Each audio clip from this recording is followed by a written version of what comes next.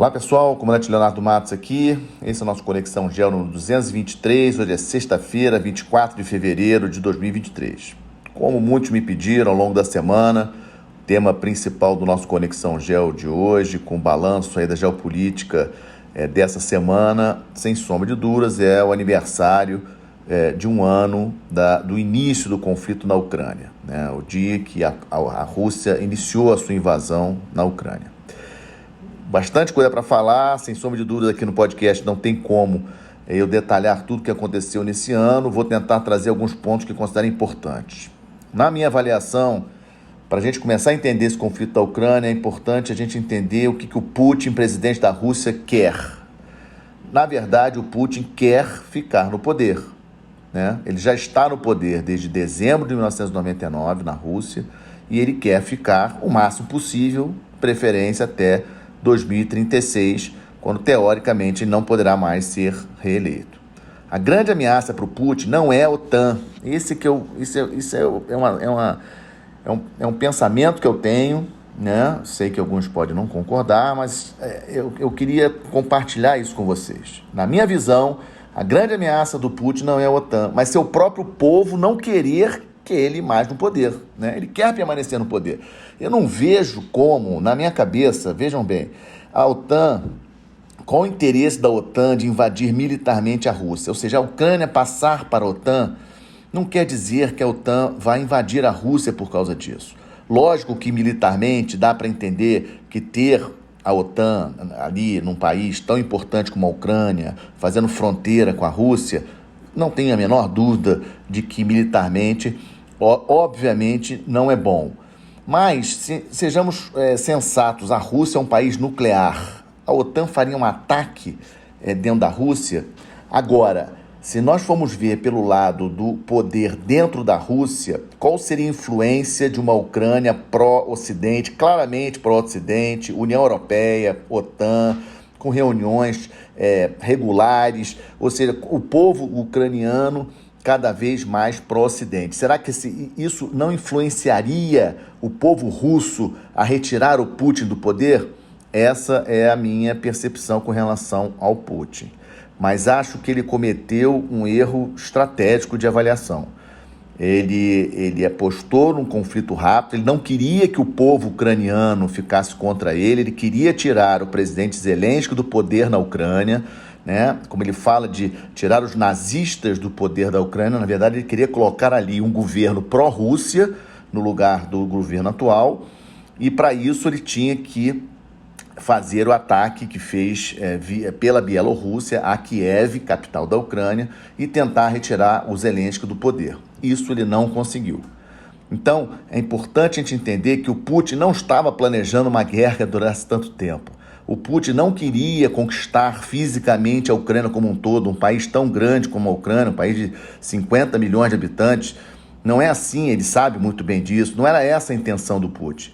Então ele teve que reestruturar a sua estratégia, né? Ele não esperava a reação das Forças Armadas da Ucrânia, a permanência do Zelensky como presidente, ou seja, ele não ter fugido do país, e todo o apoio que a Ucrânia vem recebendo do Ocidente. E eu falo que foi um grande erro estratégico do Putin, na minha avaliação, porque, por exemplo, ele perdeu definitivamente ou por longo tempo o povo ucraniano, né? Não consigo vislumbrar aí quando que o povo ucraniano vai confiar na Rússia ou vai eleger um presidente na Ucrânia pró-Rússia. Ele aumentou o medo dos europeus, especialmente dos países do leste da Europa, em relação à Rússia, uniu a OTAN, né? Acabou forçando a entrada da Suécia e da Finlândia na OTAN. Suécia e Finlândia, países que eram neutros, não eram da OTAN, se filiaram à OTAN em junho, está faltando apenas a ratificação por parte da Turquia para a entrada da Suécia e da Finlândia, mas isso é questão de pouco tempo, na minha opinião. Ou seja, a situação dele perdeu o mercado de gás e petróleo da Europa, um mercado importantíssimo, né? A Europa foi obrigada a buscar mais petróleo e gás nos Estados Unidos, na Argélia, no Catar, na Noruega. Quando é que a Europa vai voltar a confiar na Rússia para receber esse petróleo e gás? Então isso aí realmente é algo importante para a gente considerar. Em termos lógico, muitas lições em termos militares desse conflito. Eu destaco a questão dos drones aéreos e os drones marítimos, Eu acho que é um caminho sem volta, é algo que as Forças Armadas dos países precisam investir, né? Então, drones aéreos e drones marítimos tendo uma participação bastante relevante, a volta da importância dos carros de combate, né? Então, vimos agora aí a questão do envio, né? da autorização para envio para a Ucrânia de carros de combate dos Estados Unidos, da Alemanha, né? os Leopard, famosos Leopard, que o Brasil também tem para a Alemanha, da Alemanha para a Ucrânia. E como é que nós estamos agora, né? Impasse no leste, como eu tenho falado, na região do Donbas. A prioridade da Rússia é tomar, em definitivo, aquela região do Donbas como um todo, né? Mas a situação ali também não está fácil para a Rússia. Tem uma movimentaçãozinha em torno da Moldávia e aquela região separatista da Transnistria ali, que tem um efetivo militar russo nessa região separatista da Transnistria, e temos visto essa semana muitas coisas em relação a isso, que pode significar aí uma ação militar da Rússia para proteger, teoricamente, a Transnistria e acabar, digamos assim, um movimento não esperado, né, de cercar a Ucrânia, né, em relação à posição que fica a Moldávia. A Ucrânia aguarda os reforços do Ocidente para tentar uma nova contraofensiva em relação à Rússia, e no momento eu vejo muito difícil um acordo de paz. Perspectiva, na minha avaliação, eu já tive a oportunidade de dizer isso antes, eu estou aguardando 2024. 2024 teremos eleições na Rússia em março para presidente, aí eu não vejo grandes problemas para o Putin ser reeleito, mas principalmente as eleições nos Estados Unidos em novembro de 2024. Essa sim, caso um candidato republicano, por exemplo, vença as eleições, sabemos da importância do apoio dos Estados Unidos para a Ucrânia, né, para mover a OTAN como um todo favoravelmente à Ucrânia.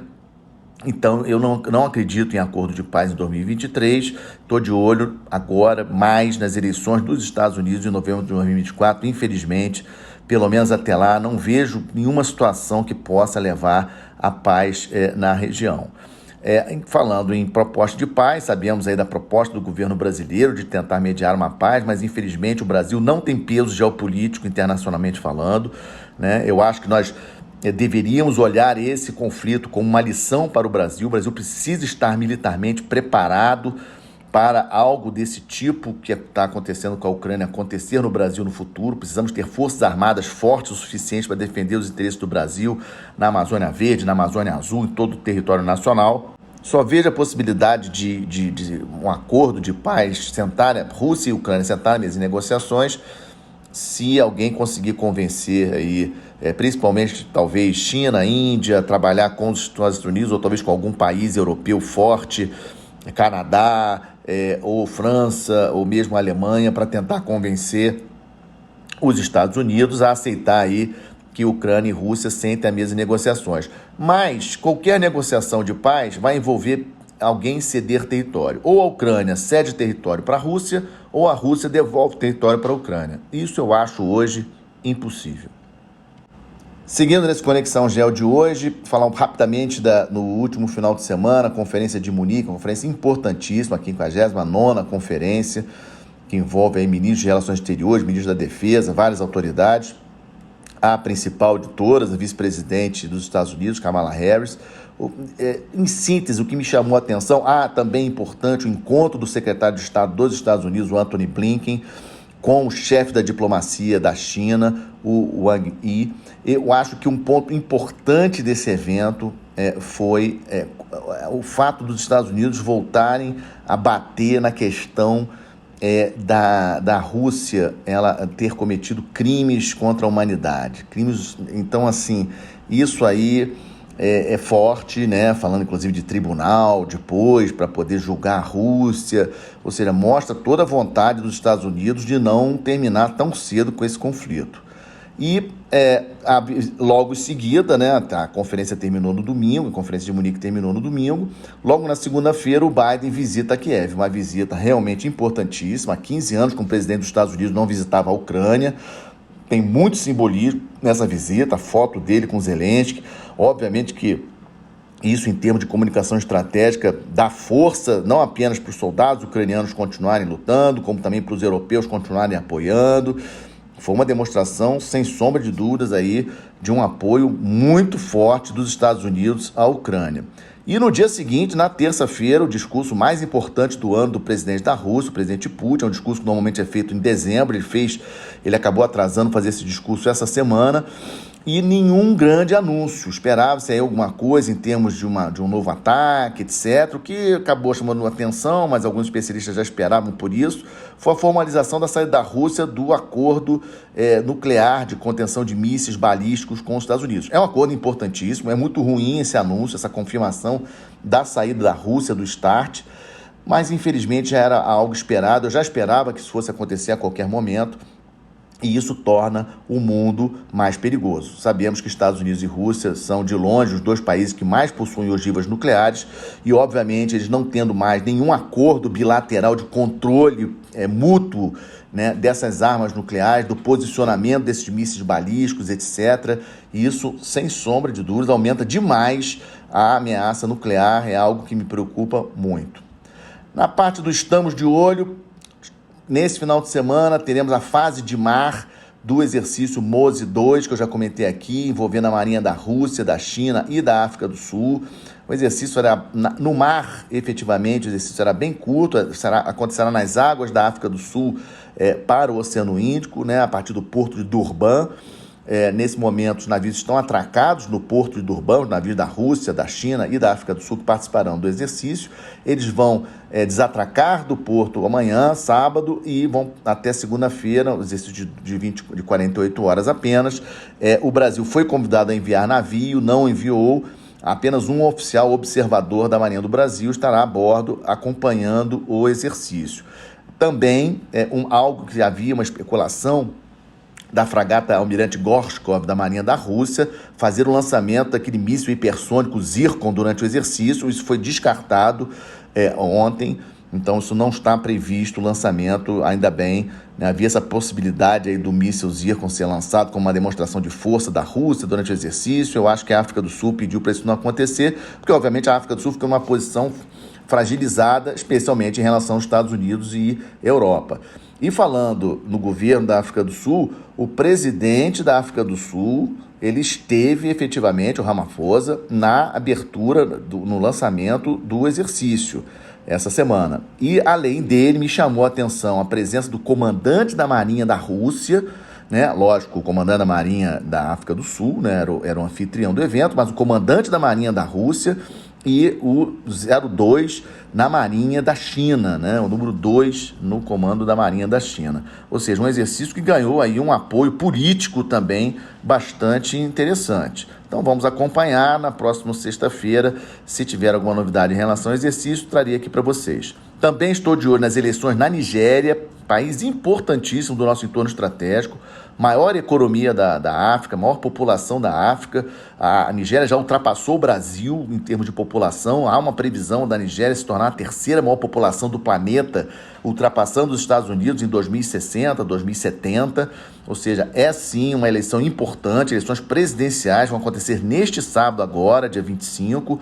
3 fortes candidatos, aí são 18 candidatos no total, mas 3 com reais condições de vencer. E nas últimas, as prévias aí, as pesquisas bastante incertas, mas a princípio o Peter Obi, de 61 anos, o mais novo dos 3, parece que pode surpreender e ser eleito presidente da Nigéria. É empresário, foi governador 2 vezes já, e é visto como um candidato, digamos assim, anti-establishment, ou seja, anti-governo, fora do governo, embora ele tenha experiência política, sim. E os jovens nigerianos estão apostando muito nele, e 70% da população nigeriana tem menos de 30 anos. Então vamos aguardar, estamos de olho nessas eleições presidenciais na Nigéria, amanhã, sábado, dia 25, lá na Nigéria. E também estamos de olho na questão do terremoto na Turquia e na Síria, ocorrido no dia 6 de fevereiro. Tivemos outro tremor essa semana. Infelizmente tivemos mortos, mas um número de mortos relativamente pequeno comparado com o outro, né? O primeiro do dia 6 de fevereiro, os números já ultrapassaram 48 mil mortos na Turquia e na Síria, mais de 1,5 milhão de desabrigados, ou seja, uma tragédia humanitária, sem sombra de dúvida. E eu já tinha comentado isso com vocês, estou de olho nas, digamos assim, nas repercussões nos impactos dessa tragédia para as eleições presidenciais na Turquia, que ocorrerão em maio.